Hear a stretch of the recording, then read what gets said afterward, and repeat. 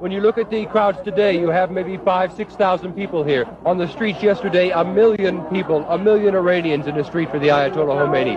Does that not give you concern? Does that not make you afraid? Because they are afraid, yeah, that's right. And most of the people don't say anything because they are afraid. And they are in silence, you know, they don't say anything. Is this the silent majority of Iran out here now? Yes, that's right. Do you want the Shah to return? Yes, Shah, return to the country. What about you,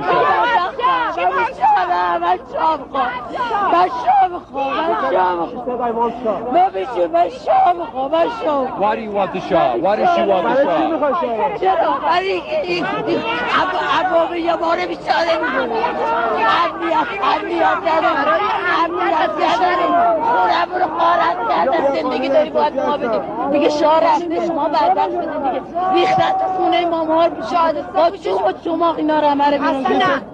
ما شاه میخوایم ما بیچاره این شادی کشتنش حلاله کجای قرآن گفته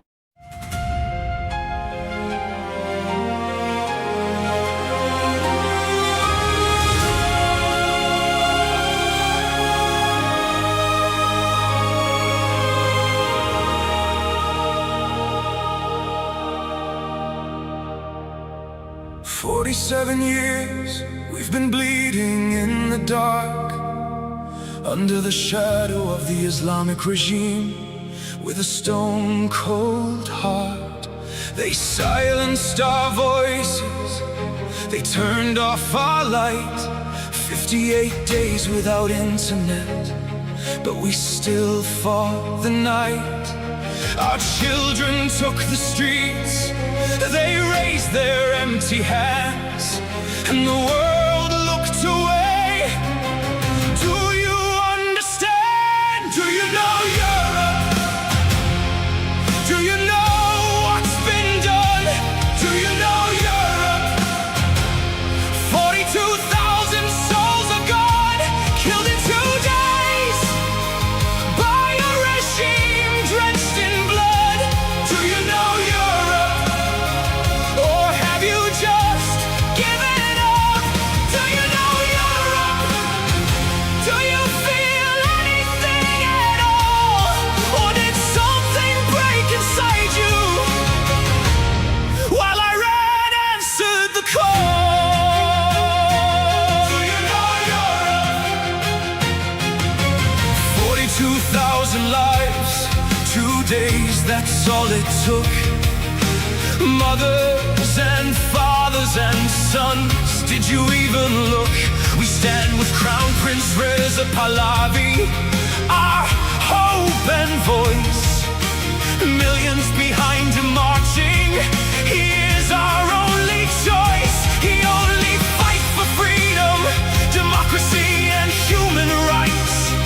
But you mock him in your chambers while he fights for our lives, to pull us out of this darkness, this century-long night, while you sign deals with our killers and call it diplomatic right. Do you know Europe?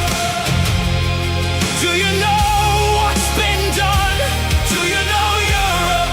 They hang 60, 40 souls one by one, hanged within 4 months by a regime drenched in blood. Do you know Europe? Or have you just given up? Do you know Europe? Do you feel anything at all? Or did something break inside you while Iran answered the call? Do you know Europe?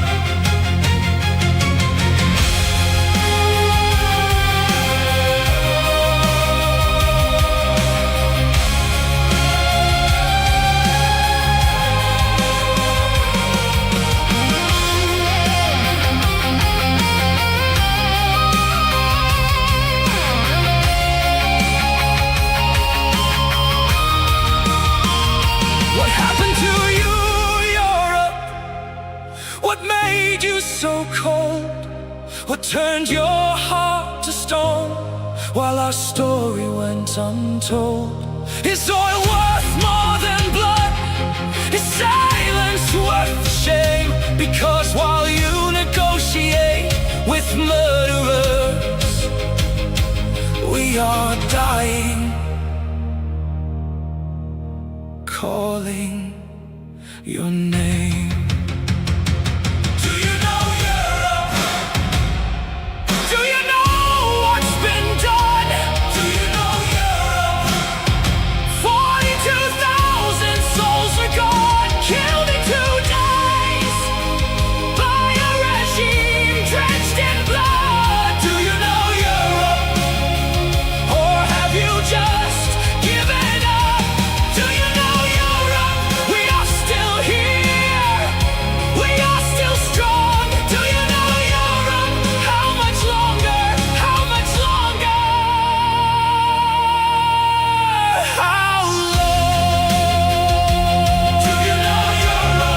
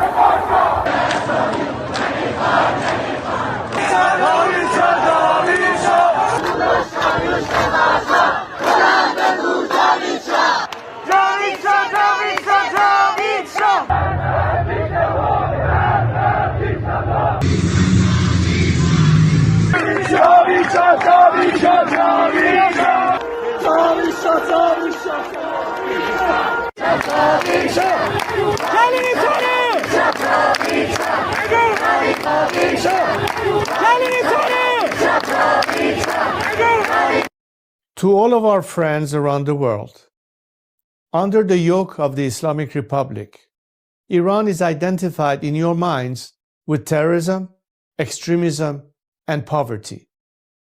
The real Iran is a different Iran, a beautiful, peace-loving, and flourishing Iran. It is the Iran that existed before the Islamic Republic, and it is the Iran that will rise again from its ashes the day the Islamic Republic falls. So let me be clear about how a free Iran will act towards its neighbors and the world after the fall of this regime. In security and foreign policy, Iran's nuclear military program will end. Support for terrorist groups will cease immediately.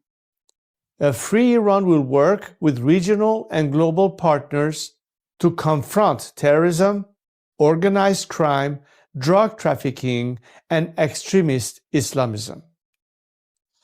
Iran will act as a friend and a stabilizing force in the region, and it will be a responsible partner in global security.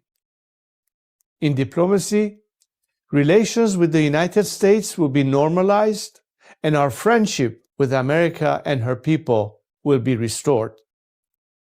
The State of Israel will be recognized immediately.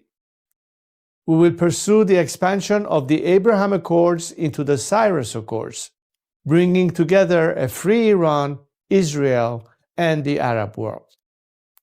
A new chapter will begin, grounded in mutual recognition, sovereignty, and national interest.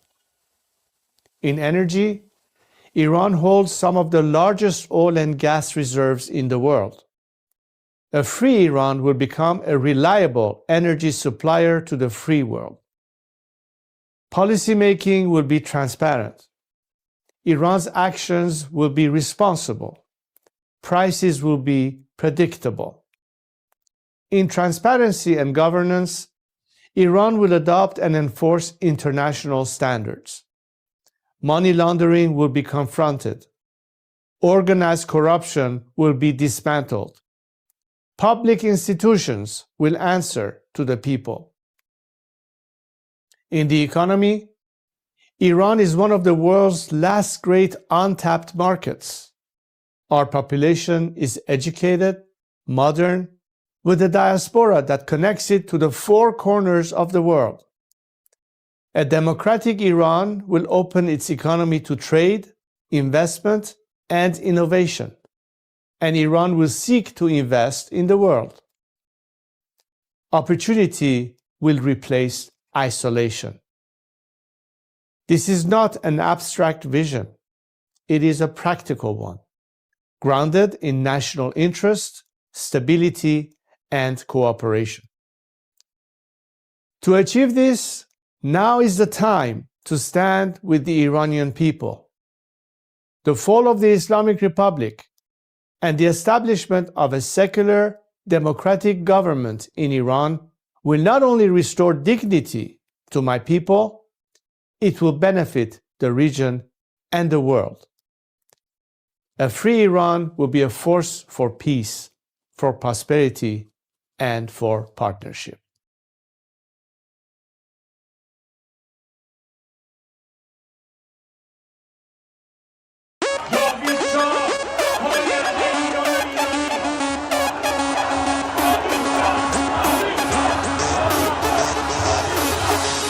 وقتی واسه غم نی گرچه قصه هامون کم نیست همه خسته ایم قبولم ما فرصتی واسه ماتم نیست روشن میشه فردا خورشید سرزمین ما سرم باز و سینه سپر بلند میگم جاوید شاه وقتی واسه غم نی گرچه قصه هامون کم نیست همه خسته این قبولم ما فرصتی واسه ماتم نیست روشن میشه فردا خورشید سرزمین ما سرم باز و سینه سپر بلند میگم جاوید شاه روبروم یه واژه یه هدف به نام انتقامه پشت سرم دعای مادر و تو دستم تفنگ بابامه رو زبونم اسم شاه بگینین عشق بی انتهاست هر جا اسم ایران اومد اونجا صدای بچه رضاست فردا می نویسن تو کتاب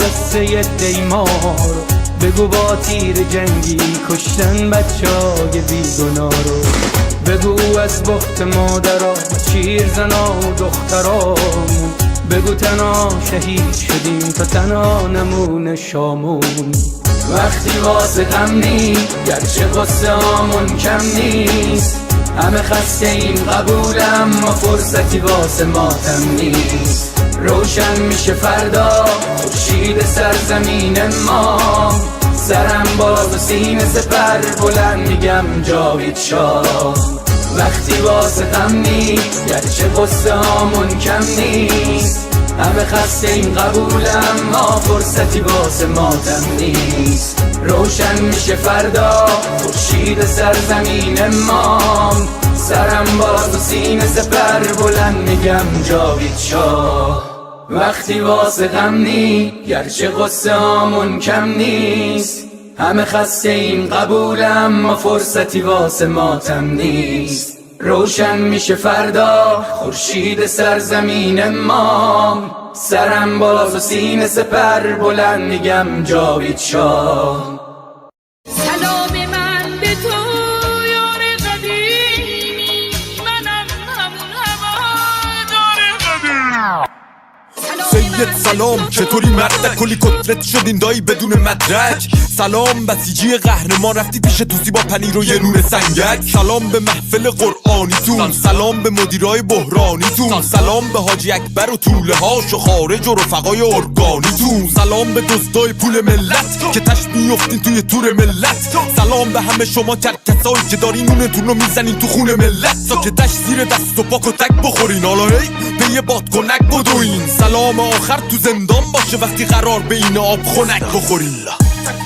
مرگ بر ملا متولی ننگ در دنیا ننگ بر دوتا مجاهد چپی بعد از ملا مرگ بر ملا متولی ننگ در دنیا ننگ بر دوتا مجاهد چپی بعد از ملا اینو بگذاریم به خاک میرسیم تجزیه طلبی که به خاک بیرسیم ایران مردمش وطن پرستن از کرد تا بلوچ بری به فاک میرسی توف به هر چی مرسی است توف به هر کی در پی تجزیه است توف به لوی و همونی که شیفته ی گل ملیگرا تو وطن خدا نسلی هست سر کردستان همه برپا شدن بلوچستان فدای مهسا شدن شم واحد که شیر و خورشید ما بقی جعلی ها تنها شدن شادی باشه واسه همه در میهن کور بشه چه شهرچی اهریمن رخه رو بگید اون 6 کلاس سواد و خبرگان و مجد سری ترجیحن شبهای عروس و دامادی باشه برن سلامتی نوش کنن آبادی باشه محصد کجاست میدون شهیاده به سمت اتوبان آزادی باشه سلام به نسل ندید پدیدا نبودیم ندیدیم قدیمتی ما شاه بود تو شادی کل میزدین حالا شاه بر میگرده پیک میزنین مرگ بر ملا متولی ننگ در دنیا ننگ بر دوتا مجاهد چپی بعد از ملا مرگ بر ملا متولی ننگ در دنیا ننگ بر دوتا مجاهد چپی بعد از ملا مرگ بر ملا متولی ننگ در دنیا ننگ بر دوتا مجاهد چپی بعد از ملا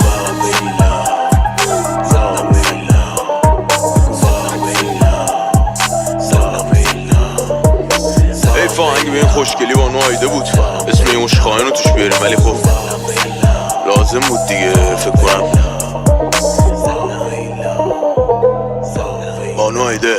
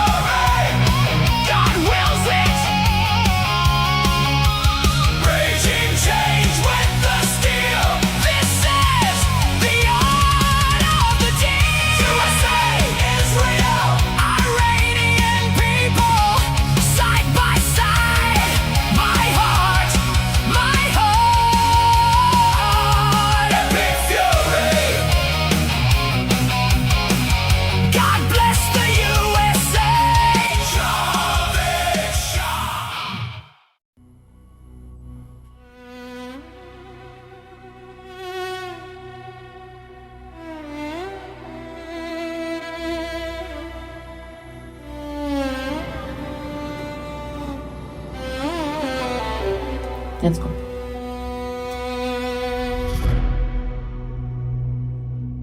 میخوام بگم از دلم، از عشق به این میهنم، به امید روز شکست دشمن شاه برمیگرده به وطن.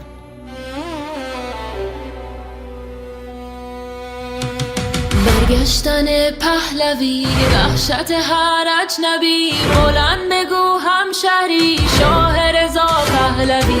نظام رسیده پرتگاه، بلند بگو جاوید شاه. برگشت شاه به میهن، دوای درد وطن. این آخرین نبرده، پهلوی برمیگرده. داره میاد پهلوی، زجه بزن سید علی، راه نجات وطن. پهلوی هموطن، ایران میشه گلستان. شاه که بیاد به ایران، ایران که شاه نداره، حساب کتاب نداره. آخون باید گم بشه، توپ تانک فشفشه. گم شو بیرون اجنبی، داره میاد پهلوی. فریاد بزن جاوید شاه، شعار هر وطن ها.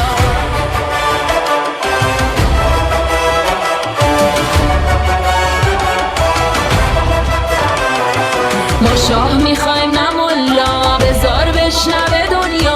ایرانی داد بزن، شاه تو فریاد بزن. برگشتن پهلوی، وحشت هر اجنبی، بلند بگو هموطن. شاه رضا پهلوی، فریاد بزن جاوید شاه، شعار هر وطن خواه. بلند بگو جاوید شاه، شعار هر وطن خواه. فریاد بزن جاوید شاه، شعار هر وطن خواه. فریاد بزن جاوید شاه، شعار هر وطن خواه. بلند بگو جاوید شاه، شعار هر وطن خواه.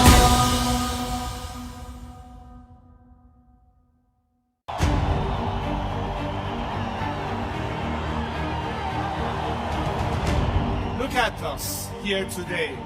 We see so many flags representing so many nations. We know we are not alone, and we thank you for being with us. For all people around the world who stand today in unity with the Iranian people, this is not just because it's good for us, and you do it out of compassion and care for our rights to liberty and justice and equality and human rights. But understand that it is in your best interest too, to have, unlike this regime that has been propagating terror and radicalism, we the people of Iran are peacemakers and not warmongers. We like to be friends, especially with the free world.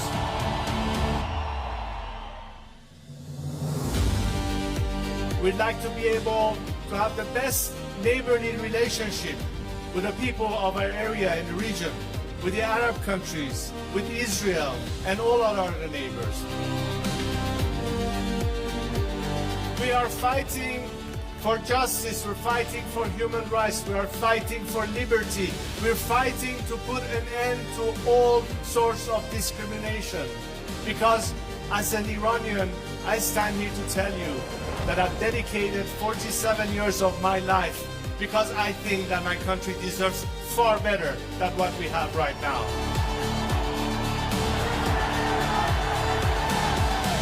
To now understand that their best remedy is to support the people of Iran, because ultimately a free Iran will be your best partner, not just to bring stability and peace, but it will be in your best economic interest and opportunities.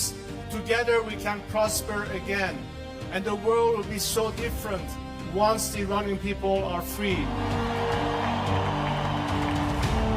I am here to guarantee a transition to secular democratic future. I am committed to be that leader of transition for you, so we can one day have the final opportunity to decide the fate of our country through a democratic, transparent process, through the ballot box and free elections. And let's make sure that this time, especially the free nations of this world and their governments, stand on the right side of history.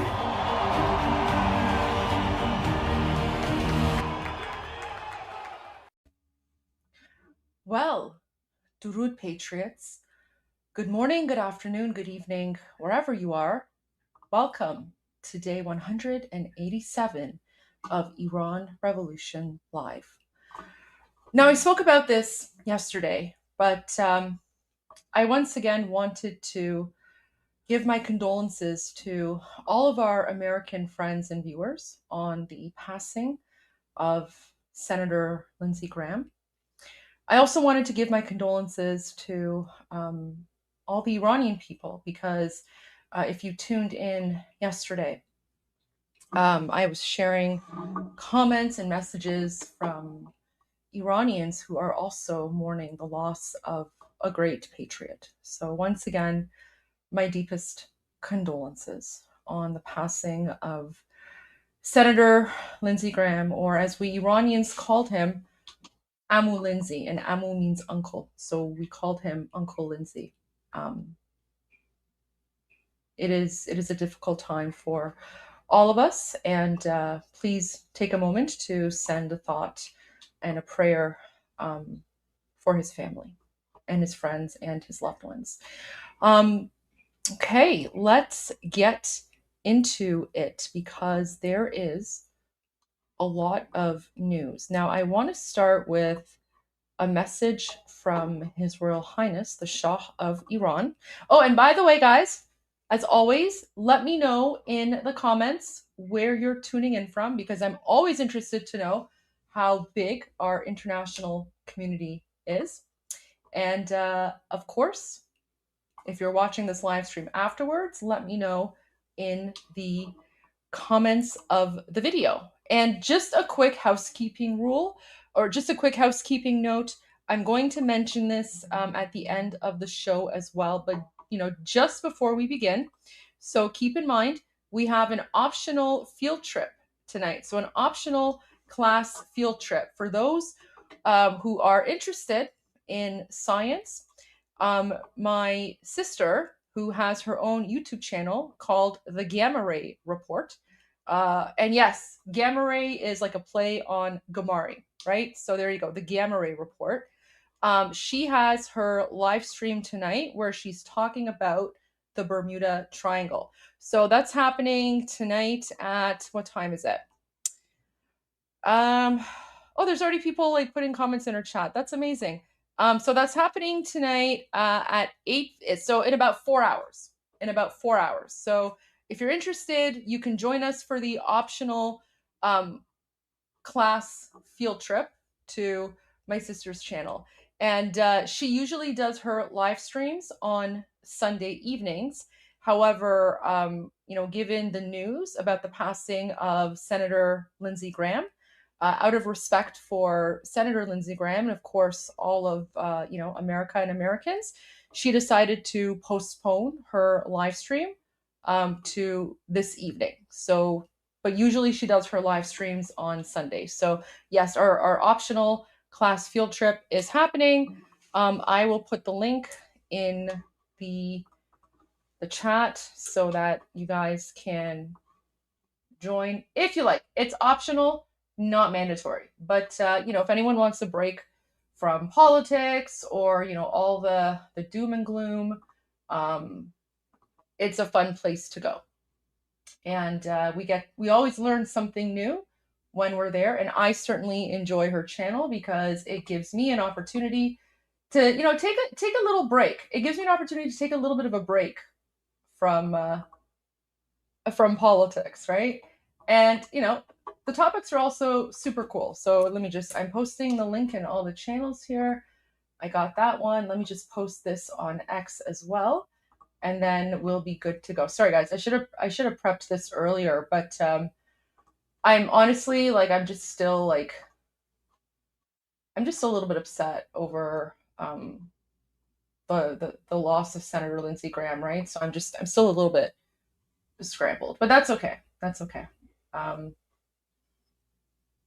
I'm waiting for the X chat to load, but anyways, there you go. So there's the link for her channel in case anyone wants to join for the optional class field trip later tonight. Okay, now I can put this in X. All right, I put it in all the channels. So let's go to the breaking news. So His Royal Highness Reza Pahlavi, the Crown Prince of Iran, he posted just a couple of hours ago, "I welcome the UK government's move to designate the IRGC as a state threat to national security, involved in threats to life and intimidation." So keep in mind, Iranians in the UK have been trying for a very long time, years, decades even, to get the UK government to designate the, sorry, I'm just getting my Red Bull open here, to designate the IRGC as a terrorist entity, and they hadn't done so. But finally, I guess today, for some random reason, the UK government decided to designate the Islamic regime as a terrorist entity. So His Royal Highness continues, "This is an important and welcome move by Keir Starmer and reflects the growing threat from the regime in Iran to UK citizens and interests. I hope the UK and other Western governments will go one step further and back the Iranian people's fight for freedom. There can be no peace as long as this regime survives." And that's 100% true. As long as the Islamic regime survives, they will continue their jihad. Because remember, in their minds, the Islamic revolution, it didn't end. You know, usually like when a revolution happens, right? Like a revolution, it happens, there's a start date, there's an end date, right? But for the Islamic regime, the revolution began the day that they occupied Iran, and the revolution has been continuing ever since. And I've shared this on, Durka News, where I've translated it and shared images and videos. And I'm going to be sharing a bunch of Durka News for you as well. But as long as the Islamic regime survives, they will always be engaging in terrorism and threats and whatever else the case might be. So what's really interesting about this is that the United Kingdom is one of the main actors behind bringing the Islamic regime to power back in 1979 for the Islamic coup d'etat, right? There's the UK, there's France, and then there's Jimmy Carter and the Democrats. And I always distinguish between Jimmy Carter and the Democrats versus the American people, because I've shared videos and footage of Richard Nixon and how Richard Nixon said Jimmy Carter had made a huge mistake. And in fact, and I'm actually going to be speaking about this later on in today's show, but when the Shah of Iran, the previous Shah of Iran, when he passed away, Shahanshah Aryamer, only 2 dignitaries attended his funeral. One of them was Anwar Sadat, the president of Egypt at the time, who had given refuge to Shahanshah Aryamer and his family.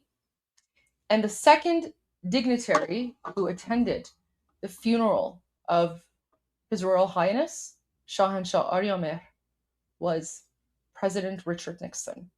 And this is why we Iranians, we will always hold a special place in our hearts for President Richard Nixon, right alongside Senator Lindsey Graham, Amu Lindsey, and of course, President Trump.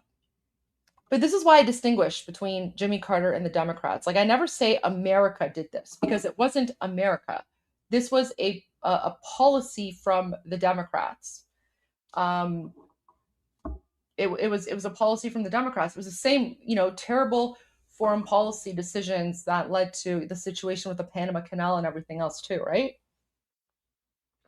So I want to make that clear. But yeah.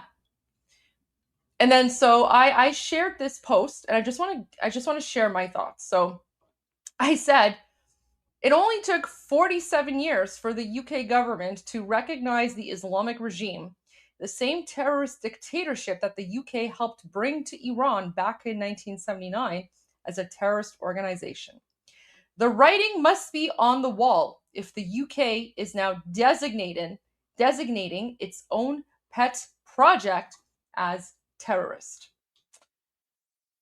If like the deep state in the UK is now designating the IRGC as a terrorist entity, that pretty much means the writing is on the wall, right? Because they have resisted this. And, you know, I actually have a question now. So now that the UK,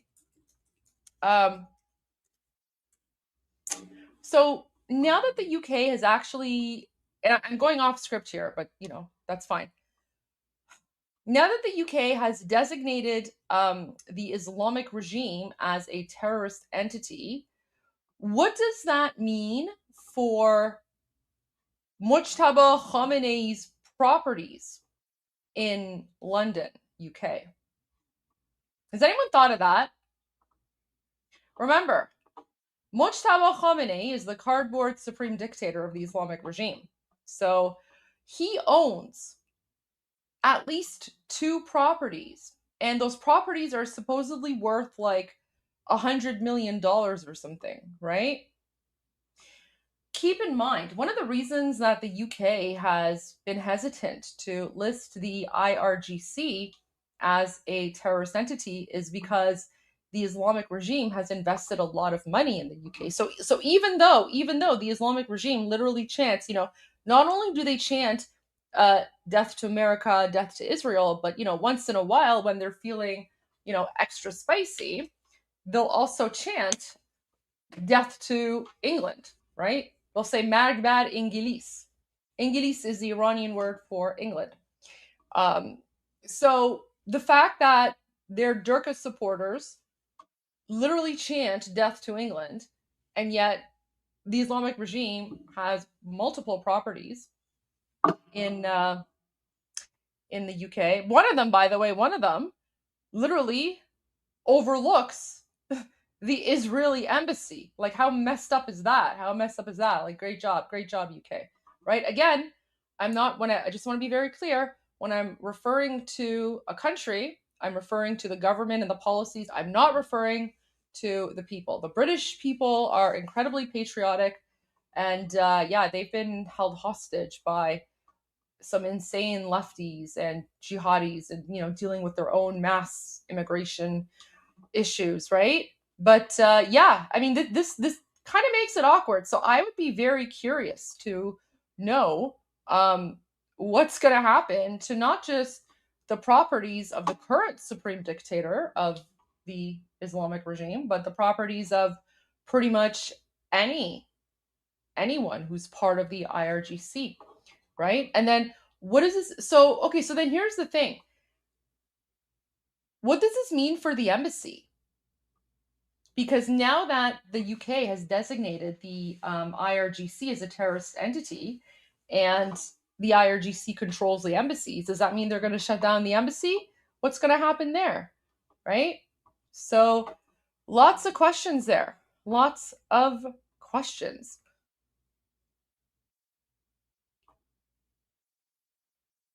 Okay, so now let me go to President Trump next, and then we're going to get to some breaking news from inside of the Islamic regime. And here we go. This is what I wanted to share. Oh, okay. So President Trump posted, let me just remove the comments here so you guys can see this. And guys, by the way, I will be doing an evening edition of the Goldie Show. I'm just going to be doing it a little bit earlier. So Iran Revolution Live goes for 2 hours. So when I'm done this live stream, I'm going to take like a 30-minute break, and then I'm going to continue in the evening, like literally 30 minutes later, with a new live stream for the Goldie Show.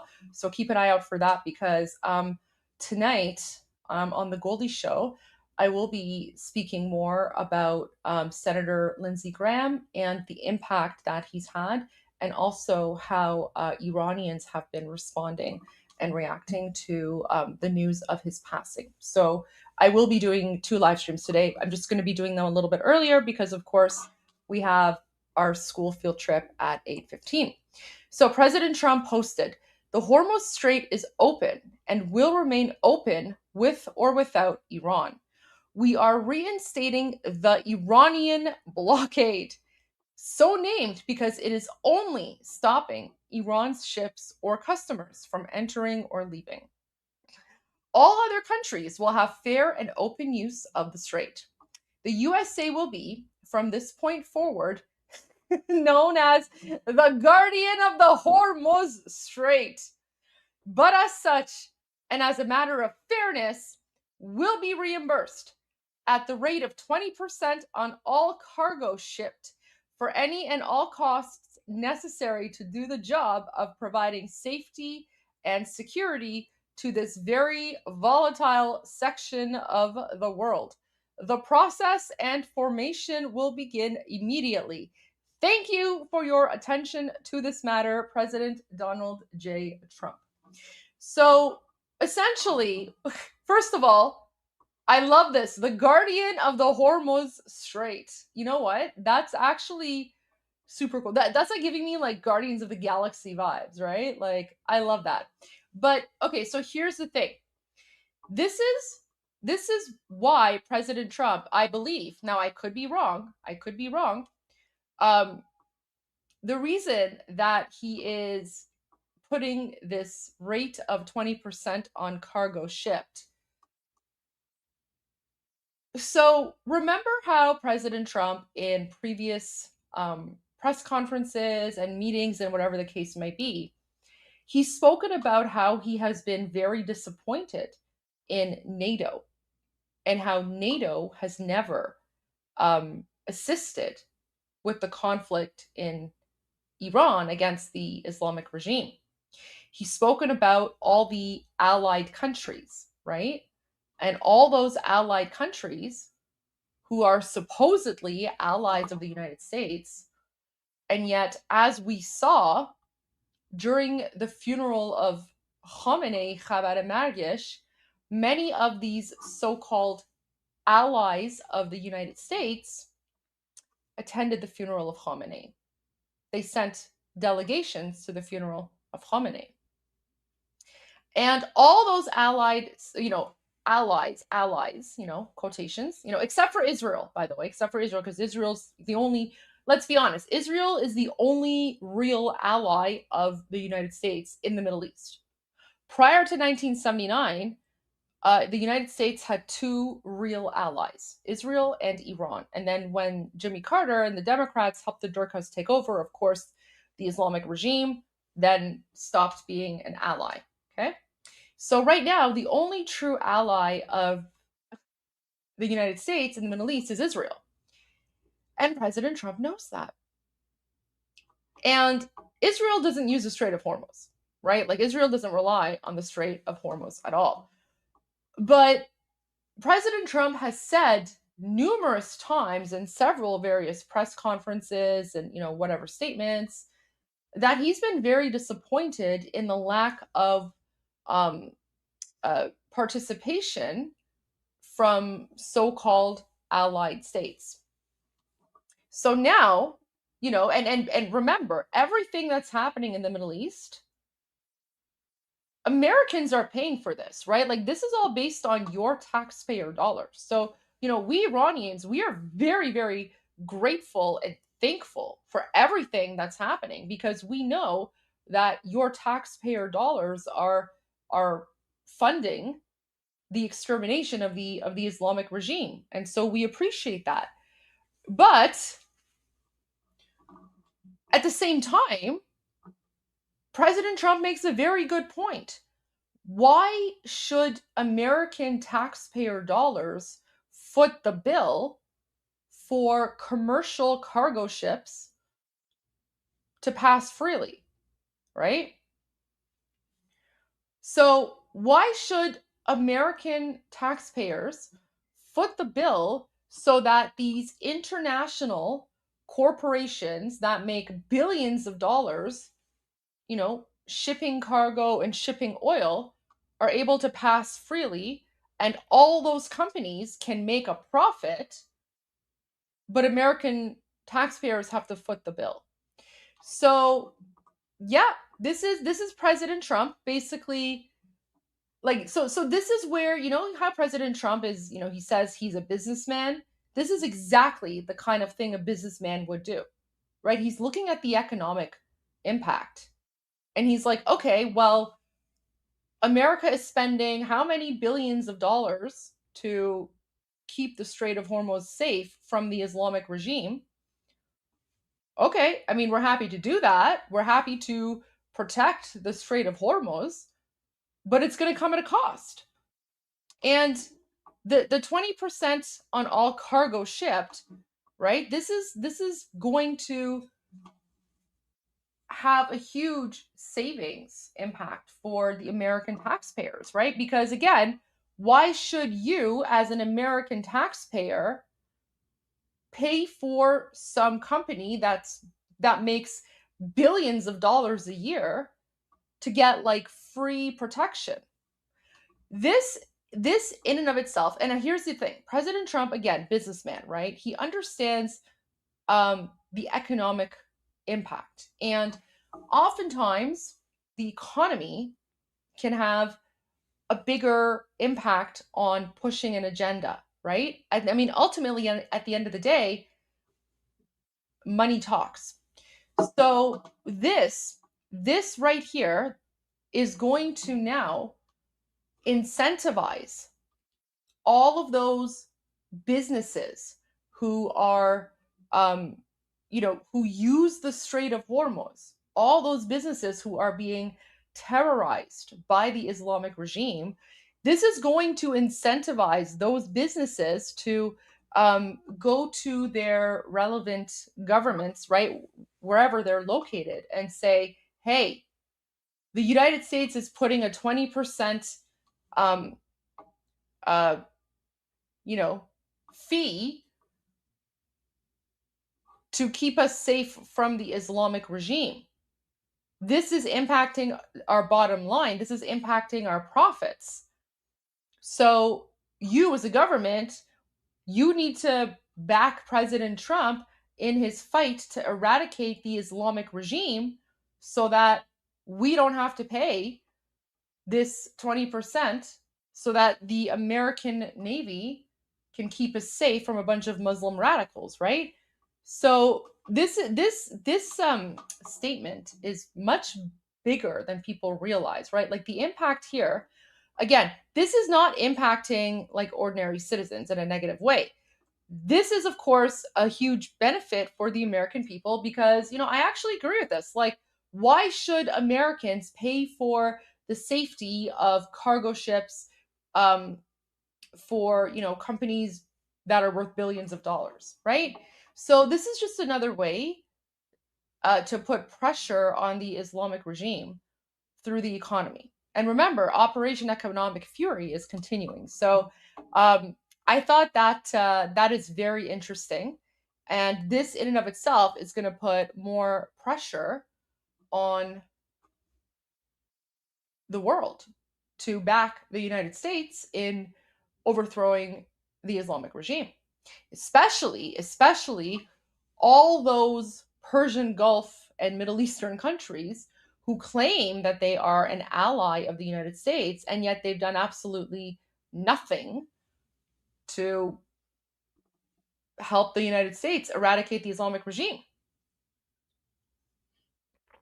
So that was what I wanted to share about President Trump. And, President Trump, again, he's not a typical politician. He's a businessman. So he thinks in like business terms. And that's very important here, because once you understand that President Trump looks at everything from like the perspective of a business, then it makes more sense. And I think that's also why he's doing an excellent job as a president, because he brings real life and real world experience to politics. and he doesn't care about like the bureaucracy and like all the, you know, red tape or whatever stuff, right? But anyways, let's see how the Islamic regime is responding. How is the Islamic regime responding to President Trump?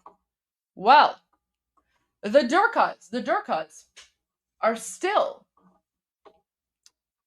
talking about exterminating, assassinating President Trump, right? So, guys, if you don't follow Memory is a very, very good social media account. They're on X, they're on, I think, YouTube. I don't know. They have a whole bunch of social media accounts. And Memory does a very good job of translating Durka videos into English. Not just Durka videos from the Islamic regime, but all Durka videos. And for those of you who were, joining me for my documentary watch parties and live streams on the Goldie show before the Iranian Revolution started, I shared a lot of these Durka videos, especially when it came to, Hamas and the terrorists and all that stuff. But yeah, so let's just watch it. You can follow along in the subtitles. Let's see what the Islamic regime is saying tonight. Anyways, let's tune into Durka News.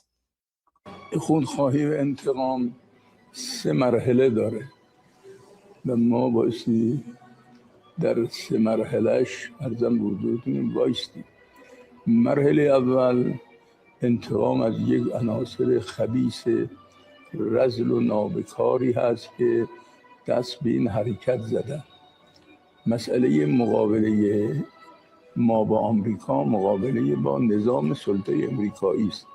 منتها این نظام سلطه امریکایی موجودی رو ناپاکتر و خبیثتر است. Look at this guy. Like, look how old he is. Wait, let's see if we can find him. Can we find him on the Boom Boom Bingo sheet? I'm sure we can. Where is he? Where is he? Where is he? I know he has to be somewhere here. Where is he? Is he down here somewhere? Wait, let's see. Oh, there he is. I found him, guys. There he is. Okay, so guys, Boom Boom Bingo sheet. You know what? I should probably make like a giant poster of this to sell on my merch store so that you guys can like have, because I think I made placemats because someone wanted placemats, but I should probably make like a big poster or something so that everyone can like follow along whenever we unlock a new character. So guys, we unlocked a new character on the Boom Boom Bingo sheet. Okay, so under the box former officials and former officials and influential figures, here he is. So Ahmed Alamul Hoda, that's this one here. Oh, and add stickers too, cards. Yeah, like I think like a dartboard bingo sheet, right? So anyway, so this is Alamul Hoda. Okay, so the video that I'm sharing with you right now. So those who've been keeping track, you can like we've unlocked a new Pokemon. We've just caught a new Pokemon, right? Kind of like when there's like, a new Pokemon appears and like, your deck is upgraded or whatever. So there you go. This is ew, look at him. That's him. That's the new like Durkamon. We'll call them Durkamon, right? So we just unlocked a new character on the Boom Boom Bingo sheet. Yeah, Dan is right. Gotta catch them all. Exactly. Gotta boom boom them all. There you go. What's that Durkamon? Yeah. Oh my gosh. I'm trying to remember like the Pokemon theme song. Pokemon, gotta catch 'em all. Na na na na na na na. You need me and I need you. Pokemon, gotta catch 'em all. There you go. So it's literally like Durkamon. Durkamon, gotta catch 'em all. I know it's my destiny. There you go. Oh my gosh. All right. So yeah. So this is the new Durka. that's been unlocked. Okay, so under the box, former officials, influential figures. There you go. There you go. So he's right there. He looks like a demon Santa Claus, right? He basically looks like an evil Santa Claus. Okay. All right. So now let's go back to the video. So now that you know who we're speaking about, we'll watch the video from the beginning. خونخواهی و انتقام 3 مرحله داره و ما بایستی در 3 مرحلهش ارزم بزرگتون وایستی. مرحله اول انتقام از یک عناصر خبیث رذل و نابکاری هست که دست به این حرکت زدن. مسئله مقابله ما با آمریکا مقابله با نظام سلطه امریکایی است. منتها این نظام سلطه امریکایی موجودی رو ناپاکتر و خبیثتر از این رئیس جمهور فعلی پیدا نکرد که او رو متولی از بین بردن امام ما قرار داد و او رو متولی شهادت امام ما قرار داد. این بایستی واقعا خونخواهی و انتقام این است که اینها باید به جزای اعمالشون برسن، یه جزایی که نسب العین مردم باشه. خدا عذاب میکنه به جای خود محفوظ و اونی که نسب العین مردم نیست، باید به جزای اینا برسن که این نسب العین مردم باشه، مردم این جزا رو ببینن و آرامش پیدا کنن. این هم مکانیزم خودشو داره. Oh my God, ما he's الان رو literally توجه speaking to a کنیم بعد از این dementor. مراجع تقلید. Oh my gosh, look, he's literally speaking to a dementor, right? I mean, of course, it makes sense, right? The demon Santa Claus is speaking about how the Islamic regime needs vengeance by assassinating President Trump and all the infidels, and he's like having a conversation with a literal dementor or, you know, trash bag or whatever, right? Like, take your pick, right? Look at this, guys. This is not me saying it. This is them. He's literally saying the sources of religious authority have sanctioned the killing of that filthy creature. So the Islamic regime is basically saying that it is their religious duty as a Muslim to assassinate President Trump. Oh, cool. What a wonderful religion, right? I can't think of any other modern day religion that says that they have a religious Allah-given duty to assassinate the president of the United States of America. And yet here you go. So yeah, he's literally saying the sources of religious authority have sanctioned the killing of that filthy creature. So what he's basically saying, exactly, that filthy creature is President Trump. Exactly. So, I mean, this is who the Islamic regime is, right? So they're literally scum. They're literally garbage. They're a cancer. This is why they need to be exterminated. This is why we Iranians are saying and have always said, don't negotiate with the Islamic regime, because you can't negotiate with them. You can't, like, they're not reformable. They're not normal, rational, logical people. Yeah, I don't know. That was so, you know, that was a very stupid comment from President George W. Bush. Islam it's literally the opposite. It's like the farthest thing from the religion of peace, right? Islam is not the religion of peace. Islam is a religion of war and rape and sex slaves and torture and jihad. You know, the Muslims who are you know, modernized, right? Like they don't believe in that part of the book, but there's still like a vast majority of them who still believe the book to the letter, right? Let me put it this way. The difference between modern day Christianity today and Islam is that Christianity went through a renaissance. Okay, so Christianity went through a renaissance, modernized. Okay, so there are, you know, a lot of things in the Bible that are not taken literally anymore. They're just taken figuratively, right? But when it comes to Islam, Islam has never had that renaissance. So the Durkas today literally believe in the fact that they have an Allah-given right to own sex slaves, for example, right? Like they're allowed to have concubines. So basically, like, the book says that any woman who is not a Muslim can be taken and used as a sex slave, sold in like the sex slave market, and it can be a concubine, right? Like they literally believe that today. And the human trafficking market in the Middle East is absolutely wild. It's actually really, really a scary thing. Like, you think human trafficking is an issue in the United States or Europe?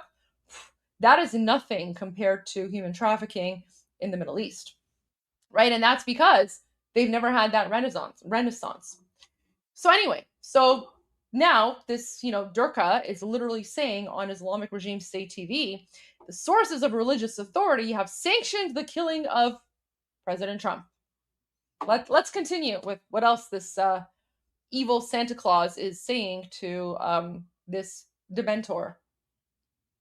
دید و فقها این موجود ناپاک رو مهدور و دم معرفی کردن.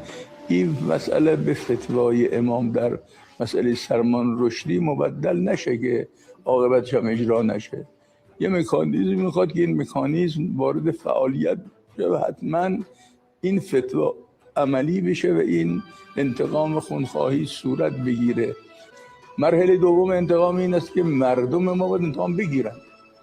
این مسئله انتقام خونخواهی از نفر مال یه نفر نیست، مال یکایک مردم کشوره. اینا باید همه وایستن روی مسئله. تا کجا وایستن؟ تا جایی که سرنوشت ایالات متحده به سرنوشت اتحاد جماهیر. Wow, so basically they're saying that, until the United States falls the way that the Soviets did, right? Which is absolutely insane, because remember, it was the USSR that trained Khomeini, Khabar Margesh, and all his followers, right? So the reason that the Islamic regime today is allied with Russia, the Russian government, is because their origins go back to the Soviets helping to train and fund the Islamic regime to take over Iran, right? Because let me show you this. Let me show you something.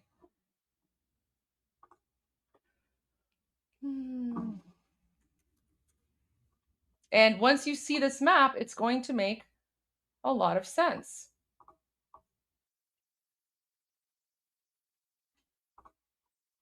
Give me one moment here. Let me pull up a good map. So,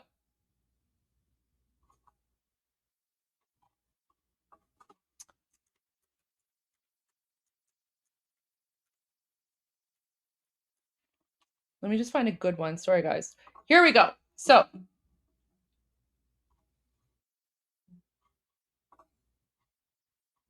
okay. Open image in new tab. Let me make this bigger. All right, so a little bit of a history lesson. So, this is the Soviet Union in 1979. Now, this map is speaking about Afghanistan or, whatever, but look at Iran, okay? So remember, Iran is the country that looks like a kitty cat. So, can I not zoom in? Okay, I can't zoom in anymore, I'm sorry. So this is as much as I can get. So this is, the head of the kitty cat with the two ears. This is the back. So do you see, back in 1979, the Soviet Russia literally bordered Iran from two fronts, okay, from here and here. And as you can see, in 1979, Armenia didn't exist, Georgia didn't exist, right? Like all these places had been conquered and taken over by the Soviets.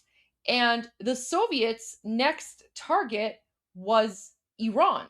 Okay, so one of the literally the main reason that the Shah of Iran back in the 1970s, Ruh Shah, the Shah of Iran banned communism because the Soviets were infiltrating through the indoctrination of young Iranian people, indoctrinating them into communism, and then telling them to go and try and take over Iran so that the Soviets could bring Iran under the Iron Curtain.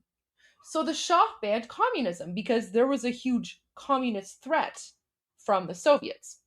Now, Khomeini, Khomeini, the founder of the Islamic regime, the Muslim pedophile founder, and his supporters, they were all funded and trained by the Soviets. The exact same way that Yasser Arafat, right? Like the Yasser Arafat, the Egyptian, who pretended to be a Palestinian, Yasser Arafat and the PLO were literally funded and created by the Soviets. Why? Because, the United States had pretty much implemented peace in the Middle East in like the 40s, 50s, and 60s, right? And the Soviets were creating projects and campaigns to counter the influence that the United States had in the Middle East. So that's where they came up with like this fake, Palestine project jihad or whatever, right? So Yasser Arafat and the PLO, it's a communist funded project. And then the communists who were trying to take over occupied Iran, so like the MEK, like the Muslim Nazi communist Marxists that I speak about that we all hate, so the MEK and others. So this is why the Shah banned communism, because once you look at this map, you can understand the Shah of Iran, like Iran was literally the dam. However, the Soviets trained Khomeini, Khabar Margesh, the founder, the Muslim pedophile founder of the Islamic regime, and his supporters. And then they fooled Jimmy Carter. They gave Jimmy Carter bad intel, and they claimed that they were, against Khomeini because Khomeini is a religious figure. And of course, according to the communist book, right, they're against religion or whatever, right? So they gave Jimmy Carter bad intel, and he was stupid enough to believe it. So Jimmy Carter thought that it would, it was a good idea to fight the communist threat by creating a religious belt. Okay, so Jimmy Carter, the idiot, thought that it would actually be better for the United States to turn Iran from a modern, secular, democratic country, it was a constitutional monarchy, to change that into a religious dictatorship, because he thought that if Iran became a religious dictatorship, that religious dictatorship would be a better ally for the United States than for the Soviets, even though the Soviets had actually trained Khomeini, Khabar Margesh, and all his people, right? And then, of course, as we know, as soon as, and remember, like I shared this in my documentary Watch Party about Khomeini, Khabar Margesh. Khomeini literally had secret phone calls with Jimmy Carter, and Khomeini was like, oh, I pinky promise that we will be even better allies to the United States than the Shah of Iran, right? And Jimmy Carter's like, oh, okay, that's great. I'm just going to go farm my peanuts or, whatever.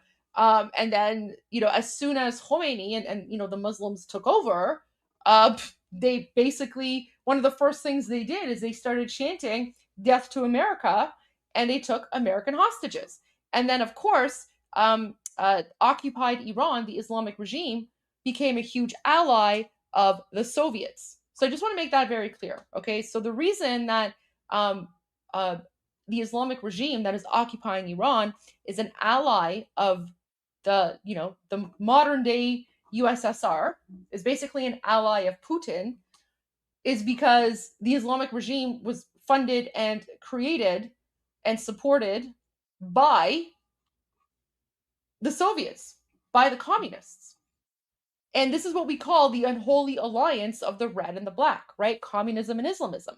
It's the same reason that you see, for example, in America, all these young, impressionable people who all of a sudden are, joining Antifa, or they're like, oh, I'm an intellectual, I'm anti-America and I'm pro jihad, right? It's that unholy alliance of the red and the black, which already happened in Iran back in the 1970s, and then Jimmy Carter was like, oh, like, oh, okay, yeah, let's support the Muslim pedophile, right? I'm Jimmy Carter. I'm a peanut farmer. I'm going to make the worst policy decisions in the history of the United States, and I'm going to, be responsible for the murder of thousands of American people. Not to mention the millions of, other people around the Middle East. But anyway, so I just want to point that out. So the USSR has been an ally of the Islamic regime. But then going back to the video, the Durka video that I'm sharing with you, right? The same, like, this is why these Durkas, like, you can never trust them. You can never trust anything they say or do. Because you think they're your ally, and then they turn around and they stab you in the back, okay? Because now this guy, this Durka, right, this Durkamon, and you know what? Like, he's old enough. You would think someone that's like, I don't know, 200 years old. I don't know how old he is. Like, I don't know why he's not dead yet, by the way. Like, why are all these mullahs so old? Like, boro bemir dige khabar margetun. Anyways, like, boro bemir. But like this guy, he should be old enough. Like, no, he is old enough to know the history, okay? Because he literally lived it. He experienced it, right? So either he's totally gaslighting, or he's, an inbred jihadi Durka with the IQ of, I don't know, a goldfish, which that's probably more likely, right? So this idiot doesn't even know that the USSR actually helped the Islamic regime come to power. And now he's literally trashing the Soviets and the USSR on Islamic regime state TV. Right? There you go. There's a little bit of a history lesson for you about the history of Iran and the Islamic regime, and why, an Islamic theocratic dictatorship is, allies with a communist dictator. Two communist dictatorships, by the way, right? Not just Putin, but of course China. And anyone who says, oh, well, Russia's not communist anymore. Yeah, no. I'm, aside from everything else, I'm literally a political science major. I specialized in political science, and one of the things that I specialized in was the USSR. And even though, the USSR may have broken up, it's still a totalitarian dictatorship, right? Russia is not, it's not a democracy. I mean, if you guys are interested, I could probably do a deep dive on Putin and Russia, and how that USSR ideology has existed and survived. It literally just rebranded, right? The USSR just rebranded. So there you go. Oh, wait, there's someone here. Let me see what this person is saying. Wait, there's someone on X. What's he saying? Oh, okay, Azizam. So just one of our Iranian viewers, I believe this person is in Iran, if I'm not mistaken, is saying Damit garm ke khaste nemishi. So basically they're saying thank you for not getting tired, and then they say har vaqt miyam Twitter hasti. So they're like, whenever I come online, you're always on X, and you're broadcasting about, the Iranian Revolution and the Islamic regime. And guys, I just wanted to point out, so this person, they're using the name Diana Bahadur, and that's her picture. Remember, Diana was the 19-year-old girl who rode a motorcycle, and she was murdered by the Islamic regime on January 8 and 9. So Diana is one of our Javidnams. So there you go. There's some, just a message from some of our Iranian viewers. And I just want to say, بله وظیفه هستی که خوشحالم که یه صدایی برای شما باشم و آره تا اون جایی که میتونم حتما همیشه هستم و خیلی لطف میکنین. سپاس از حمایتتون. لطفاً مراقب خودتون باشین و میدونم که به زودی در یه ایران آزاد همتون رو میبینم. جاوید شاه پاینده ایران. Okay, let's go back to what we were saying here. So that's basically like the you know the Soviet, like that's the history, the linkage between the USSR and the Islamic regime. So if you've ever wondered why the Islamic regime is allies with communists, now you know. عملی بشه و این انتقام خونخواهی صورت بگیره. مرحله دوم انتقام این است که مردم ما باید انتقام بگیرن. این مسئله انتقام خونخواهی از رهبر ما. And guys, this is being broadcast on Khabar. Khabar is the main news channel for the Islamic regime, right? So Khabar news. So Khabar literally means news in Persian, and this is like their 24-hour, you know, Durka news channel. So on their 24-hour Durka news channel, they're claiming that it is the Muslims' religious duty to assassinate President Trump. مال یه نفر نیست، مال یکایک مردم کشوره. اینا باید همه وایستن روی مسئله. تا کجا وایستن؟ تا جایی که سرنوشت ایالات متحده به سرنوشت اتحاد جماهیر شوروی مبدل بشه. اینجور نیست که بگیم با یه ارزم بزرگ سگ امریکایی رو بیان ارزم بزرگ انتقام بیان قضیه تمام بشه. بلا 100 تا مثل سگ امریکایی هم از بین برن که با یک موی مقام معظم رهبری ما برابری نمیکنه دیگه. There you go. So so guys, not only are they threatened, like not only are they saying that they have to exterminate President Trump, they're basically saying that they have to exterminate like all Americans, right? Like they're basically saying if they get that American dog, by the way, like again, this is the Muslim jihadi mentality, right? Like they insult dogs. There's actually a very good reason why Muslims insult, there's a good reason why Muslims use the word dog as an insult. And stay tuned because I'm going to be posting a video in a little bit explaining the relationship between dogs, Muslims, and Persians. So you want to stick around for that. I don't want to give it away. But yeah, there's a reason that Muslims use the word dog as an insult, and it has to do with the ancient Persians. Yeah, Javid dogs. I love dogs. Dogs are literally a blessing on earth. Dogs are a blessing on earth. Okay, so the guy, so this Durka is saying if they get that American dog, they're referring to President Trump, take revenge against him, it still won't be it. Like it still won't be enough, right? And then he says, even if 100 American dogs are eliminated, they will not be worth a single hair of our great leader. Yeah, okay, your great leader. The Muslim pedophile, sure. But there you go. So basically, what this Durkaman, okay, so going back to our Boom Boom Bingo sheet, this jihadi here, what he's saying is that, what's going on?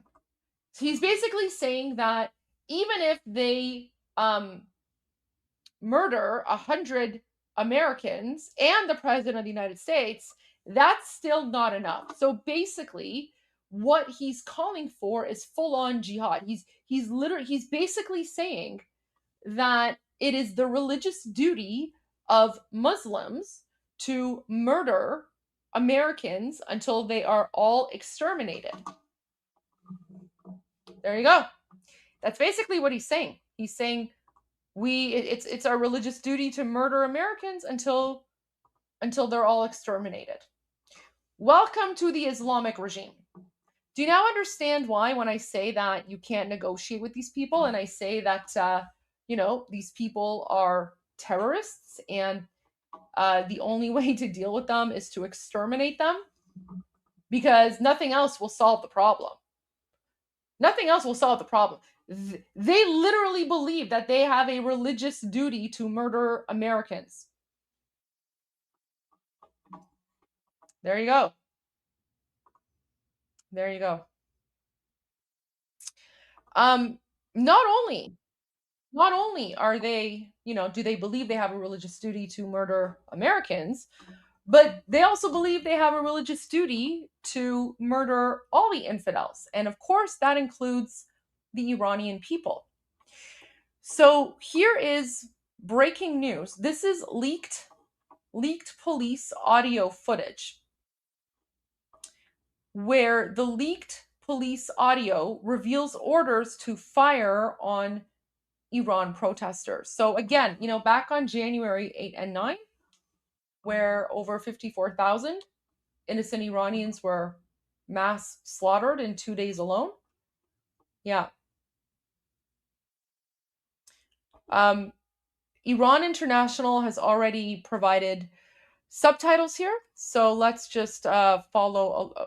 Sorry, let's just we'll just follow.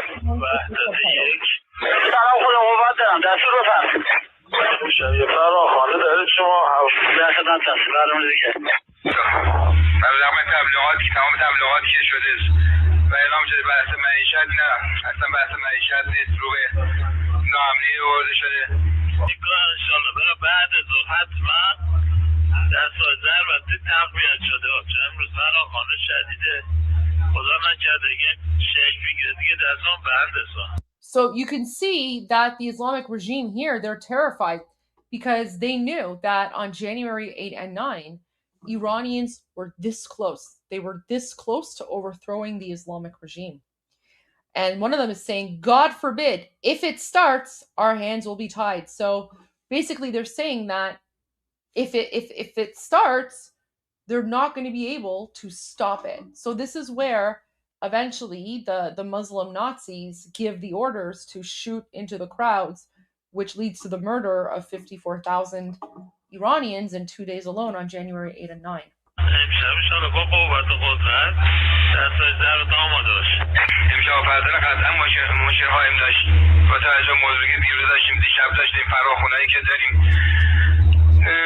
When they say considering last night's mobilization calls, they're referring to His Royal Highness, the Shah of Iran, Reza Pahlavi II, who called for the Iranian people to go out into the streets and peacefully protest, to peacefully call for revolution, right?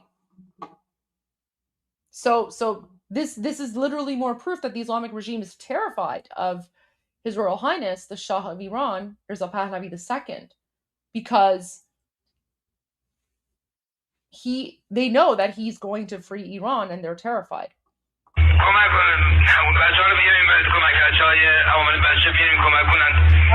Bring the guys in. You know what they're referring to? So bring the guys in. So they're basically here, they're referring to the paramilitary forces, the Basij. They're also referring to their terrorist proxy groups, right? The ones who are trained to murder Iranians. So they're like, bring the guys in, bring in the murderers, right? That's what they mean when they say bring the guys in.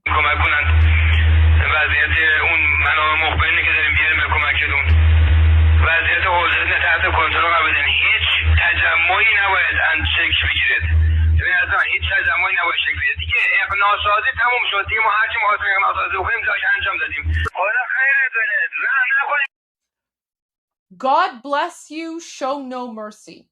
This is their demon god, by the way. So when they say God bless you, they mean Allah. They're like, Allah bless you, show no mercy. So the Islamic regime is saying, we have to engage in jihad.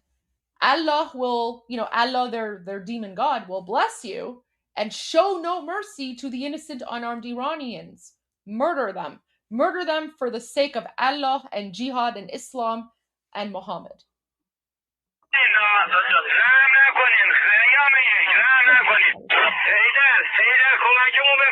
Yeah, right, of course, Hey Dad.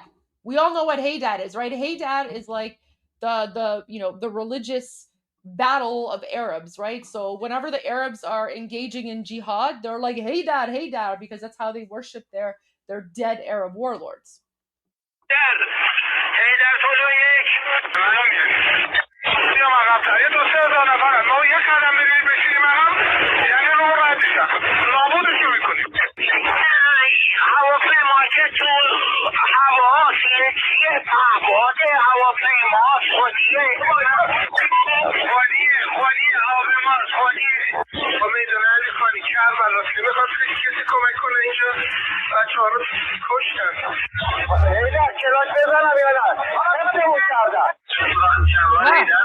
Look at that. Should I fire the Kalashnikov or not? Right?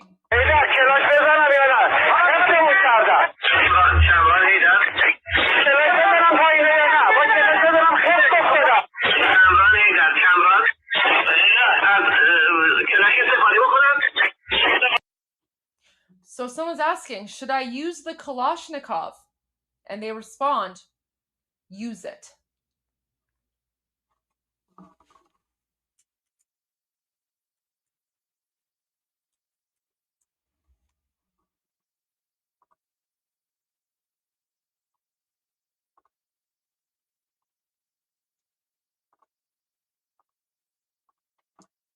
So what's happening is that one of the Islamic regime Muslim Nazi terrorists is like, should I use the Kalashnikov against the unarmed, innocent Iranian people who just want freedom? And the person in command says, yes, use the Kalashnikov and fire into the crowd. You have permission to start shooting into the crowd.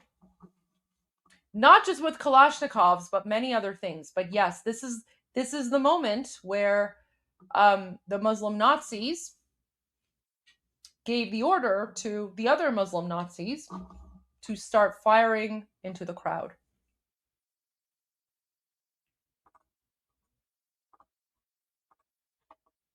Should I use the Kalashnikov? Use it.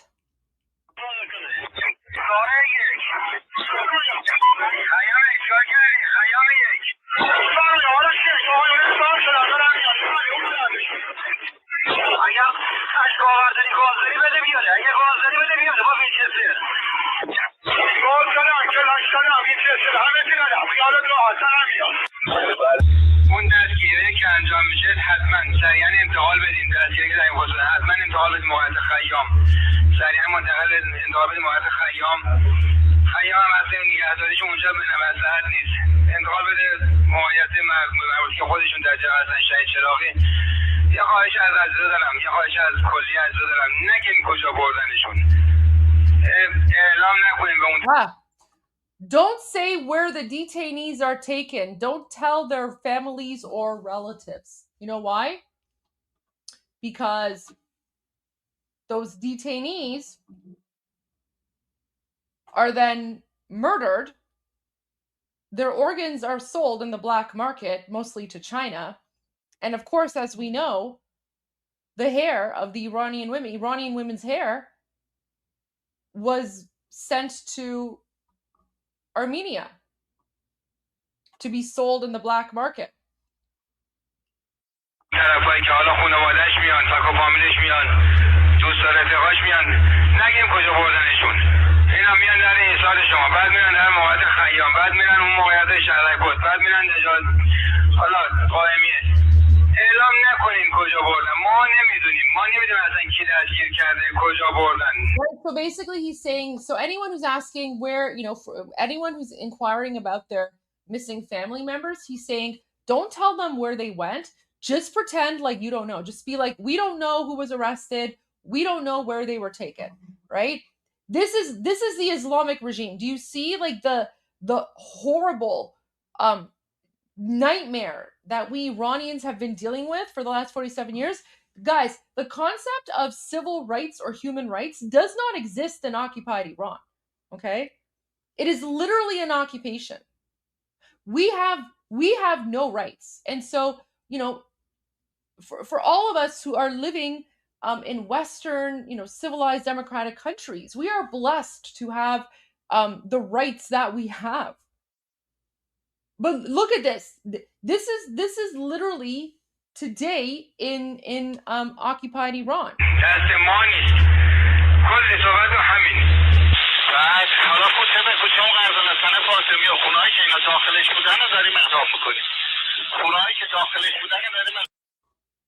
There you go. All right, 2C is going live in about 30 minutes. So I'm going to continue until then, and then you know what? We'll use 2C as an opportunity for me to take a quick break, and then I can continue with Iran Revolution Live afterwards. I'll see how I'm feeling. Wait, what? Let me see here.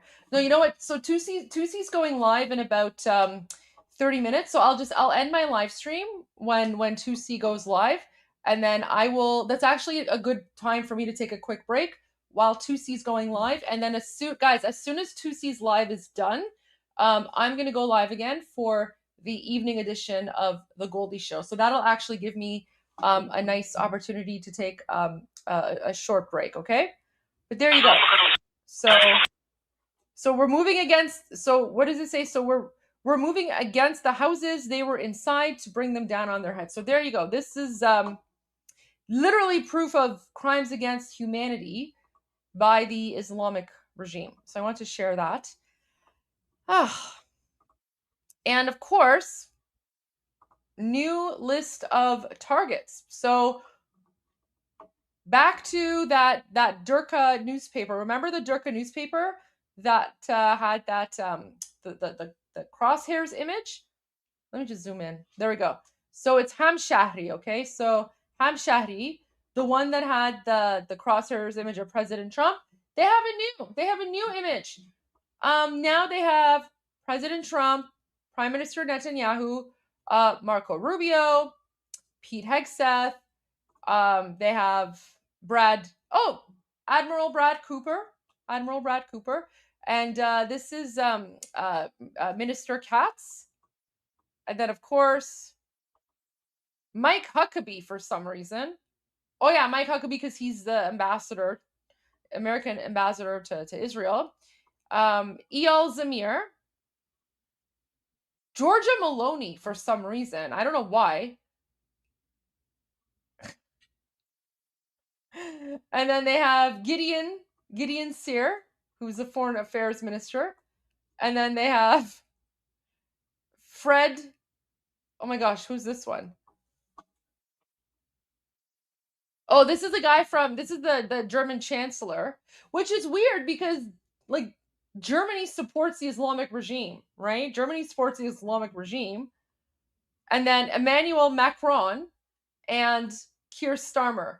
What's really funny about this is that Emmanuel Macron has literally, guys, Macron is literally like bending over and presenting himself to the Islamic regime, right? Let me show you what I'm talking about. Like Emmanuel Macron, okay, let me show you what I'm talking about. Where is it? Like Emmanuel, he's literally posted about how he wants to engage in diplomacy and blah blah blah, and I've spoken with the president of Iran or something, right? Let me pull it up. I don't know. Maybe it's not showing up because I blocked him because he's like just a garbage person, right? Okay.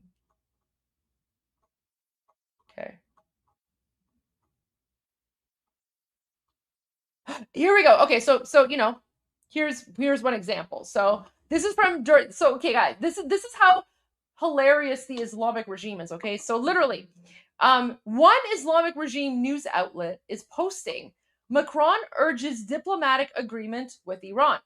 French President Emmanuel Macron has called for a diplomatic solution an agreement with Iran during separate talks with US President Donald Trump and leaders of Persian Gulf states. Okay, so Emmanuel Macron is one of those world leaders who's constantly saying, oh no, like no war, like let's have peace, let's come to like a diplomatic solution, let's allow the Islamic regime to continue, right? So guys, this is a lesson for all of you, okay? So this is a lesson for all of you. Emmanuel Macron is trying to appease the Muslim Nazi jihadi terrorists, okay? Meanwhile, the Muslim Nazi jihadi terrorists literally include him in like this terrible AI generated image of, you know, people that need to be you know, people on the Islamic regime's hit list, basically, right? Even though he's literally spoken about, I just had a productive call with President Pezeshkian, blah blah blah, right? And then of course Keir Starmer, who's been a bootlicker for the Islamic regime, he's on the hit list as well. So guys, there's a very important lesson here. There's a very important lesson. Anyone who thinks that they can be friends with the Islamic regime or with any sort of Muslim Nazi jihadi terrorist, right? No. They will use you for, yeah, you don't see Spain. That's because the current president or prime minister of Spain supports the Islamic regime. That's because Spain right now is engaging. Spain actually wants to reopen the Islamic regime embassy, the current president of Spain. So yeah, that's why Spain isn't there. But the lesson, guys, there's an important lesson here. Don't trust the Muslim Nazis, because even when you try to appease them, like these three are doing, they will still want to murder you, because at the end of the day, you are an infidel, right? You're an infidel, you're a non-Muslim, and according to their religious belief, they have an Allah-given duty to exterminate you for the cause of jihad, right? So terrible AI-generated image. You know, and by the way, I don't know why they're all in like orange jumpsuits. Like, does this mean like they're in prison or something? Anyways, it's very bizarre. But there you go. So President Trump, Benjamin Netanyahu, and guys, isn't it interesting? Marco Rubio. So Marco Rubio is here, but not JD Vance, right? I mean, you would think that, I don't know, the vice president of the United States would be on this hit list, but the vice president is not there. Marco Rubio is there instead. Interesting. I wonder why that is. Kind of awkward. Like, you would think that, you know, the number two, who's, you know, number two in command in the United States, would be on the hit list, right? But no, JD Vance is not there. Marco Rubio is there. Pete Hegseth is there. Admiral Brad Cooper is there, but not JD Vance. Interesting. Very interesting. Okay. Oh, and of course, here's the English version. So, oops, I stopped sharing my screen by mistake. There we go. So this is the English. Oh no, where's the English version? Here we go. So this is the English version. So they're saying, revenge is certain. Criminals will not die a peaceful death. Okay, so the Islamic regime's media outlet is now saying revenge is certain. Criminals will not die a peaceful death. And Donald Trump, Benjamin Netanyahu, Israel Katz. Oh, it's not Brooke. It's Brad Cooper. That's just AI translation gone wrong. Anyways, but like I said, no JD Vance. So I don't know. That's I'm not going to comment on that. I just find that interesting. And then now we're Ghalibaf. So Ghalibaf is you know at some Durka event somewhere, and there's a big crowd, And so for everyone who just needs a quick reminder, okay, this is the Boom Boom Bingo sheet. This is our Boom Boom Bingo sheet, and Ghalibaf is the Speaker of Parliament, but he's actually one of the major ones in control, in the game of Durka. So here, kind of awkward. Remember a few days ago, I shared video footage of angry crowds chasing Arokchi, the Foreign Affairs Minister. So now Ghalibaf is at some Durka event, and all the Durkas are literally chanting to his face, negotiating with the enemy is a betrayal of the...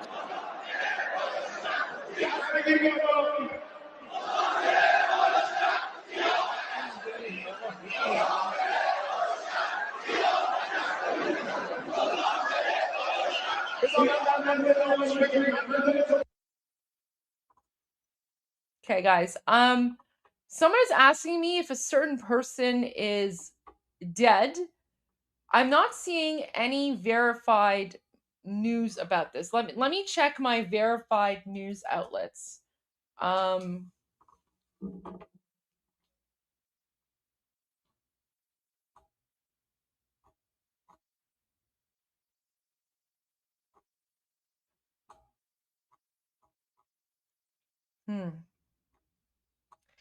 not. Those are rumors.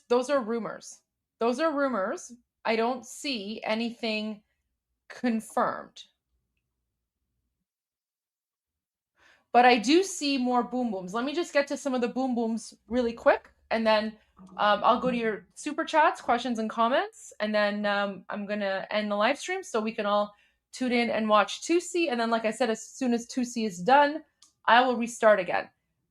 Guys, when it comes to news about who is or isn't alive or dead, I rely on Iranian sources. Okay, like news about Iran, Iranian sources. So I haven't seen any rumors yet. However, satellite imagery confirms a U.S. strike on a port near Jusk. So there you go. So we are seeing confirmed boom booms. And then there have been explosions in southern Saudi Arabia. Wow. IRGC-backed Houthis political bureau member Mohammed al-Bukhaiti stressed that Yemen will definitely respond to Saudi Arabia's aggression on Sana'a airport. Added the response will be very powerful. Saudi infrastructure will be targeted. Remember, so guys, Yemen is currently in a civil war, right? So the Houthis, the Houthi political bureau member, they don't speak for the country of Yemen. They speak for the Houthis, okay? But you're basically seeing Durka versus Durka, right? So it's like Middle Eastern game of Durka. But I'll try to have Josim on sometime this week, and we'll see what we can do. Oh wait, I got like a weird troll here. What's going on? My gosh, it's so weird. Like these people. Oh my gosh. Go get a life. Go get a life, really. What's going on with these Durkas? My gosh. The Durkas are like freaking out right now. Anyway, so I just want to say, there you go. The Saudi UAE rift is, so remember Josim, who joined me last week. I'm going to try to bring him back this week. I'll figure out a time. Jocelyn was speaking about the rift, not only between the Islamic regime and Saudi Arabia, but also the rift between the United Arab Emirates and Saudi Arabia. So apparently, the Saudi UAE rift is starting to worry Wall Street. A widening strategic rivalry between Saudi Arabia and the UAE is no longer being treated as a routine Gulf disagreement. According to Bloomberg, major banks and investment firms are now reviewing contingency plans in case the dispute begins to disrupt business across the region. So we'll save that for when Josim joins, but just a little sneak peek about what can happen next. So new explosions in southern Saudi Arabia. Oh, wow. So King Khalid Air Base in Homs Mushait has been targeted by Houthis. Okay. So the Islamic regimes activated their Durkas in Yemen to attack the Drkas in Saudi Arabia. Regime sources claim that 2 U.S. drones intercepted and destroyed over Bandar Abbas and Lar, Hormozgan, and Fars province. Yeah, okay. I mean, sure. Meanwhile, 2 hours ago, 2 huge explosions shook Bandar Abbas. And CENTCOM, U.S. forces to resume naval blockade against Iran. So, at the Commander-in-Chief's direction, U.S. Central Command forces will resume blockading maritime traffic, entering and exiting Iranian ports on July 14 at 4 p.m. Eastern Time. President Trump already spoke about this, but of course, here is the video. And CENTCOM's videos don't have any audio, so let me add some appropriate music to this. And wait, I have to import my music. Sorry, give me 1 moment. I will import my music.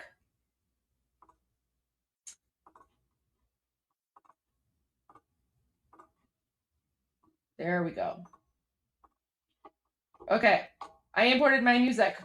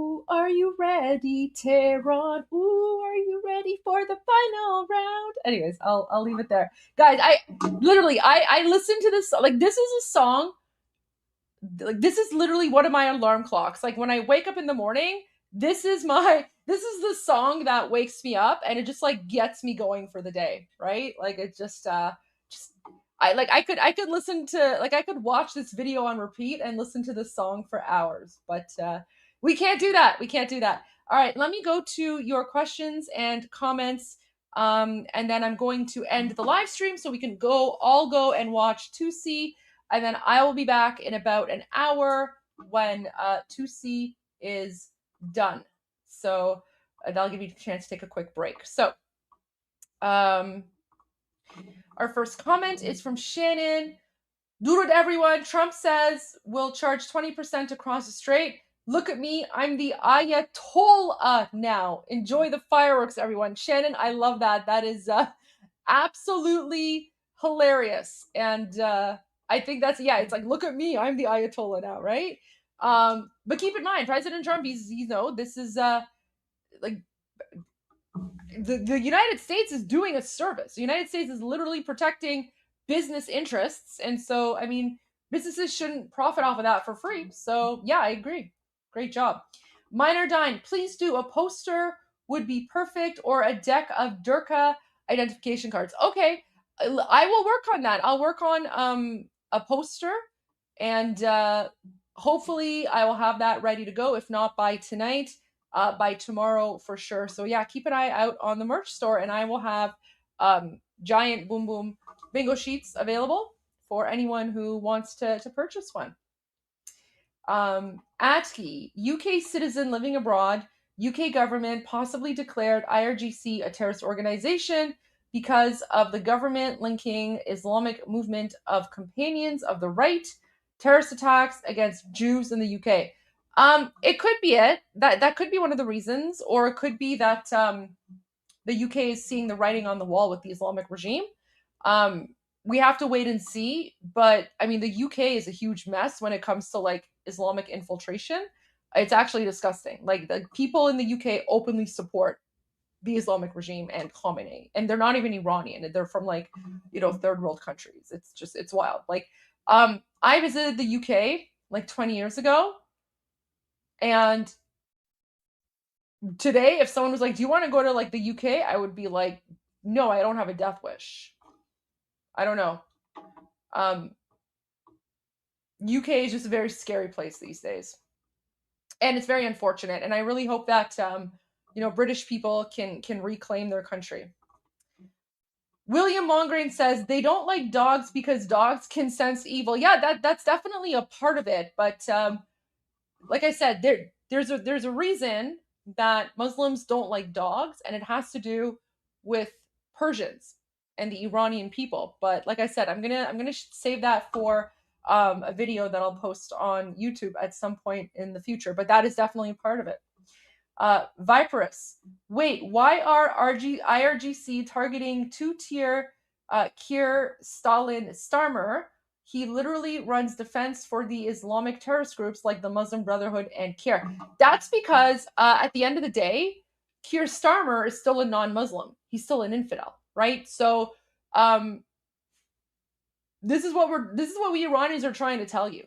Like, you can defend the Muslim Nazis and the jihadis as much as you want under the guise of like multiculturalism and diversity or whatever. But at the end of the day, if you're not a Muslim, then you're an infidel, and they still believe it is their Allah-given responsibility and duty to either convert you or murder you, right? For the cause of jihad and Allah, because they literally believe that they have a duty to convert everyone in the world to Islam, and Islam has to rule everything, and they're never going to stop until the entire, not just the world, like the galaxy, right? Like the entire galaxy is, Muslim. So for science fiction fans, think of like the replicators in Stargate SG-1, right? You know how the replicators, it's like the replicators are just these like brainless things, and their only mission is to destroy everything else and just turn them all into replicators, right? That's pretty much like that what these jihadis are. So yeah, this is why they're attacking two-tier Keir, because no matter how much he tries to support them or run defense for them, at the end of the day, he's not a Muslim. He's not one of them. He's still an infidel, and he is, he's a kafir. So there you go. All right, just one final thing I just wanted to share, and then we're going to end the live stream because Tusi is going live soon.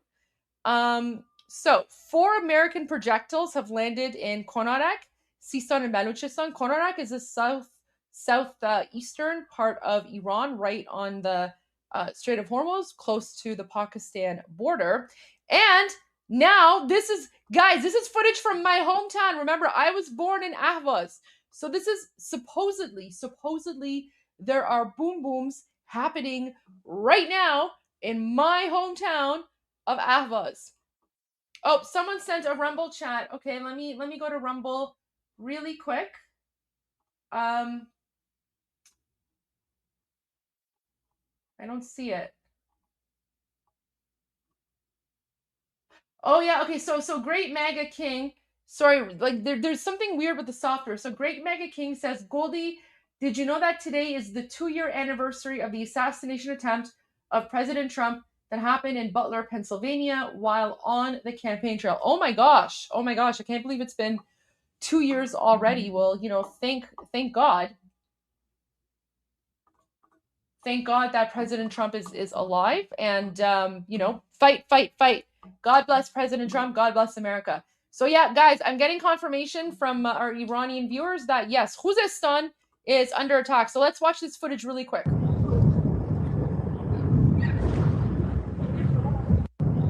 Did you see that? Look at that. Look at that big flash. They hit something. Look at that. Where's the flash? Look at that. Wow. Wow. The United States is definitely booming something major in Ahvaz, my birth town. And all I can say is thank you, United States. Thank you for eliminating the cancer cells in my hometown of Ahvaz. Please continue. Just eradicate all the cancer cells. Hit them hard, eradicate them. Okay, guys, Tuesday's about to start, so I'm going to end the show here. As always, thank you for tuning in to today's edition of Iran Revolution Live. I will see all of you in about an hour or so for the evening edition of The Goldie Show. So stick around, and until then, I'm Israel Chai. God bless America, Javid Shah, and Payanda Iran. I'll see you guys very soon. غرق انقلاب است.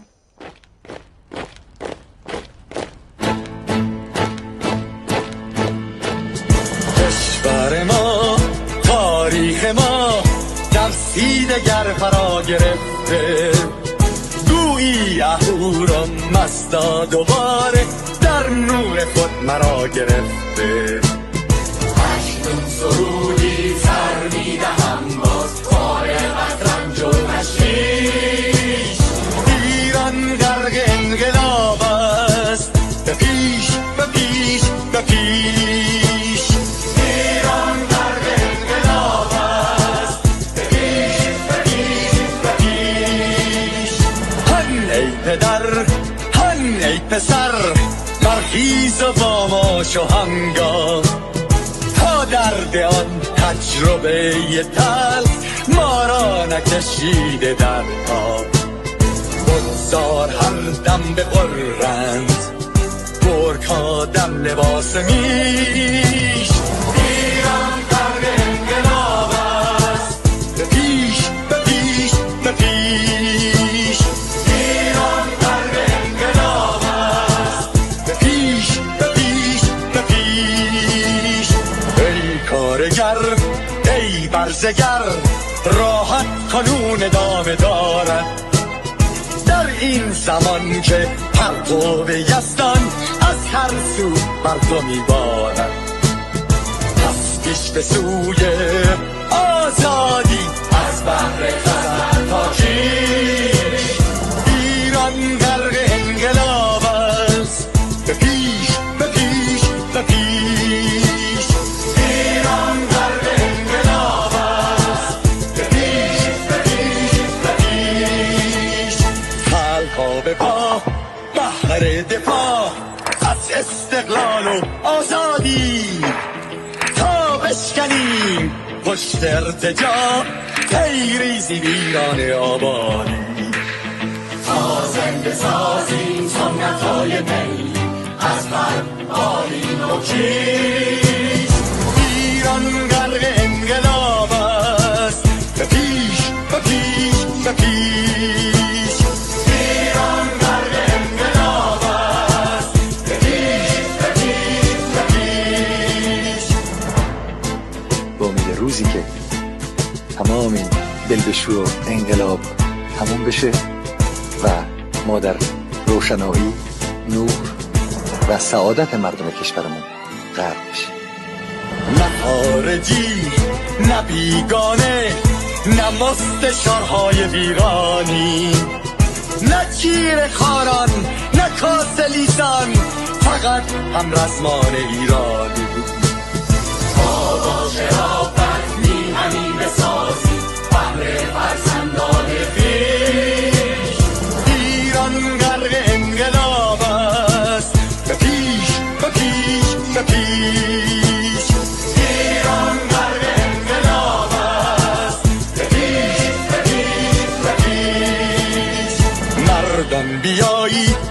داخل صف ما اکنون که آغاز رویاست.